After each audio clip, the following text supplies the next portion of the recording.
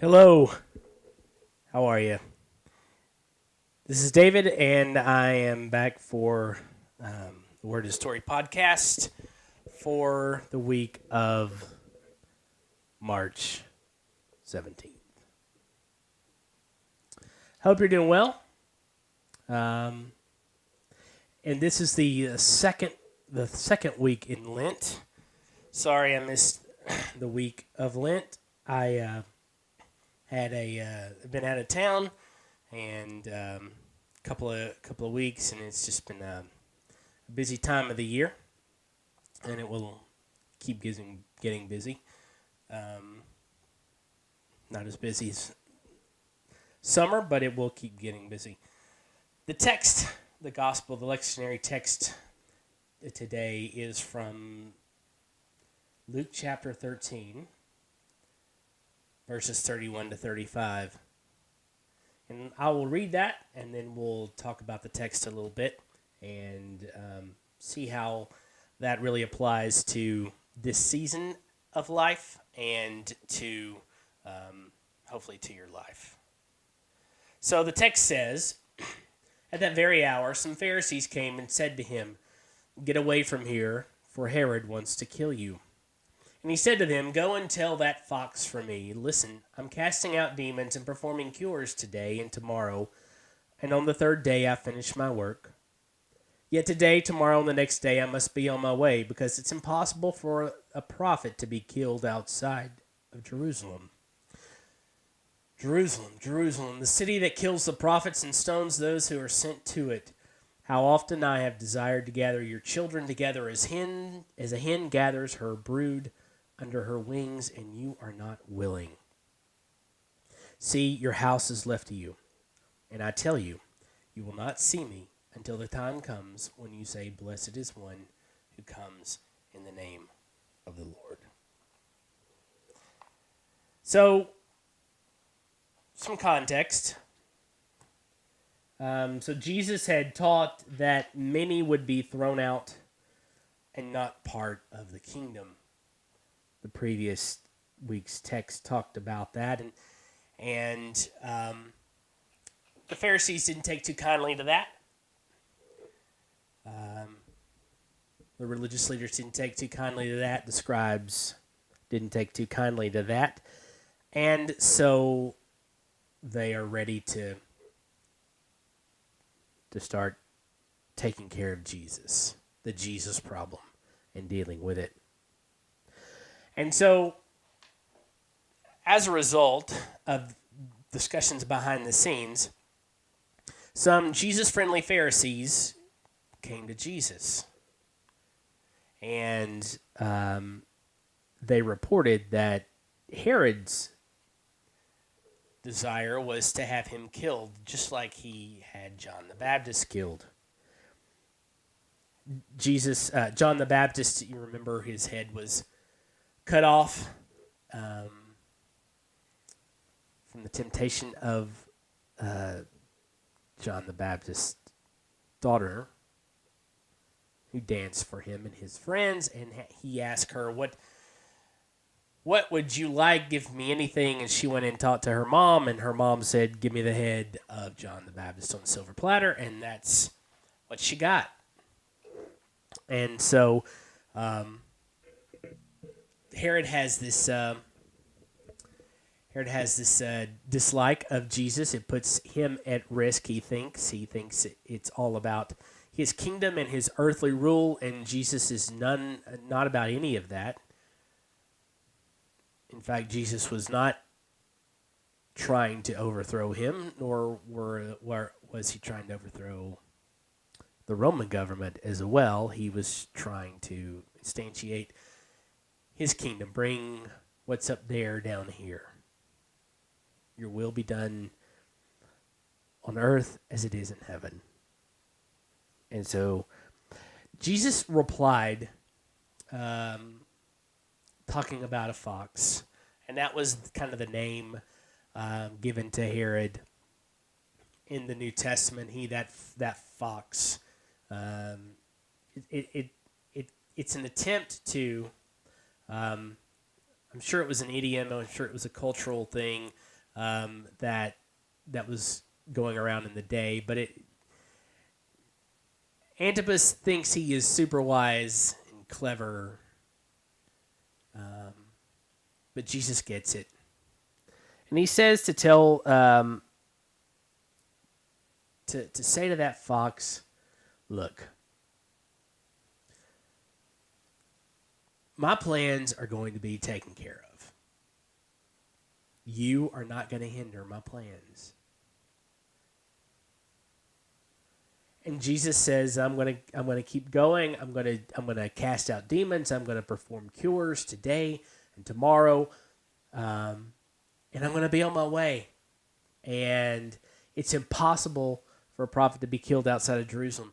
But all of that to say is, Herod, there is a plan. There is a plan in place, and Herod is really not part of that plan like he thinks he is.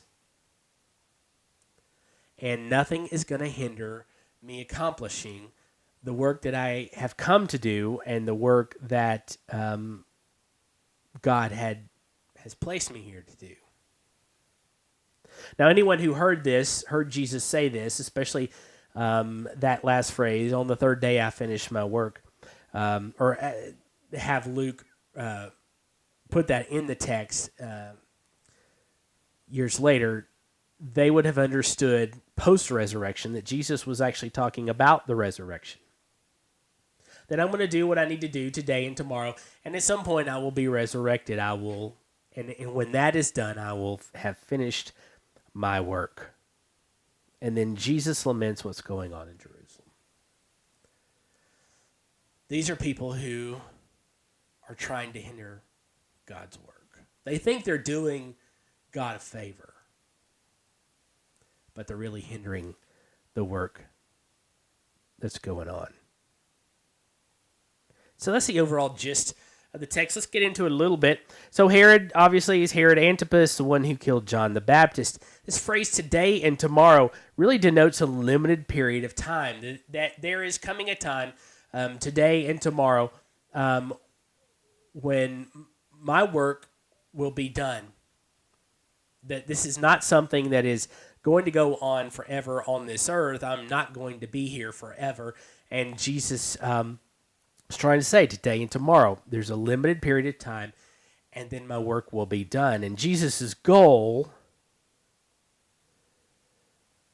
was not just his arrival in Jerusalem, but his completion of the completion of his redemptive work, the death and resurrection, his own death and resurrection, and in doing so, breaking the power of death, hell, and the grave. And regardless of any human attempts, Jesus was not going to fail to accomplish God's plan. The whole plan. Jesus was determined that the whole plan of God was going to be accomplished and fulfilled. And this lament, you go back into the Old Testament and you read the stories of Amos, and you read Isaiah, and you read all of those minor prophets, and you have to think, here is a whole country. God has sent his messengers to the people. He has sent his messengers to share with him, particularly the religious leaders, the things that need to be corrected and the heart change that needs to go on, and the focus on God that needs to occur. And nobody wants to listen. And Israel once again has rejected the Messiah and the voice of God as a result. It happened with Jeremiah. It happened with Isaiah. Even Samuel's message to the people about not needing a king, that there seems to be this propensity within the nation of Israel, and likely within our own lives too, to ignore the word of the prophet.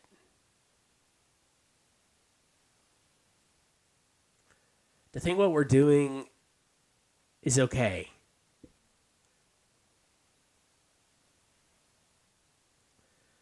And that's heartbreaking. Jesus said in another passage, there was so much I would love to do, but Israel their faith is so weak that they couldn't do things.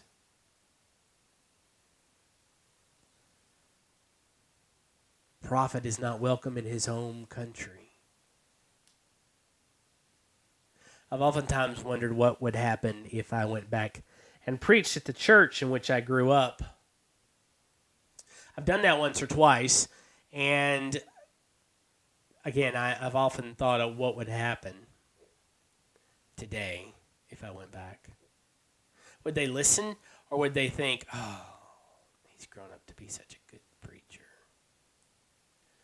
Oh, he's grown up to be such a good guy. There's something about going home. There's something about going back that people they remember what used to be, and it's hard for them to get this new image, the new picture in place.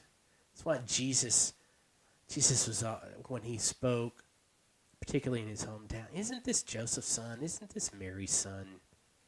That's why his family thought he was out of his mind in Mark. It's just hard. It's hard to listen.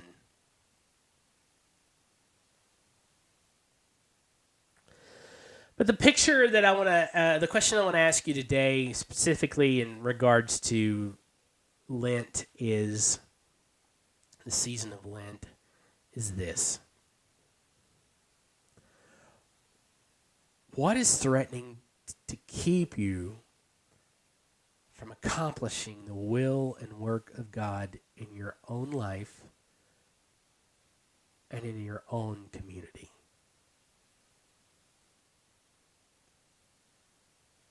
What's the danger that lies ahead? What is that which stalks you or haunts you and keeps you from moving forward in the will and the work of God? It could be your past. It could be baggage that you think you have that God has already forgiven. I still have those moments. It could be your present. Are you doing something? Are there issues that are going on that are keeping you from fulfilling the work of God, or for giving God control and letting him accomplish his plan through you? Is there maybe it's the way you're acting now. Maybe it's some kind of addiction. Maybe it's some kind of family issue. What is going on in your life? Where are the whispers coming from? Those well-intentioned people who want to share with you the good and the bad, and they whisper and they tell you, well, so-and-so don't like that, or these folks are not going to be for that. What is keeping you from moving forward, from today and tomorrow and the third day, finishing your work? Really, that's somewhat of what the season of Lent is about, is trying to figure out what's holding you back, what's keeping you from really allowing God to move in your life and in the world because of you, because of how he wants to use you and how he wants to make things happen. So I want to leave you with that today. Take a few minutes, spend some time, write it down, and then to begin to deal with it. Open your heart and close your eyes and open your mind and just ask God, what's keeping me from fulfilling your calling in my life? What do I need to do? What do I need to let go of? And what do I need to do to let you fully work in me and build your kingdom here today. You think about that. Amen.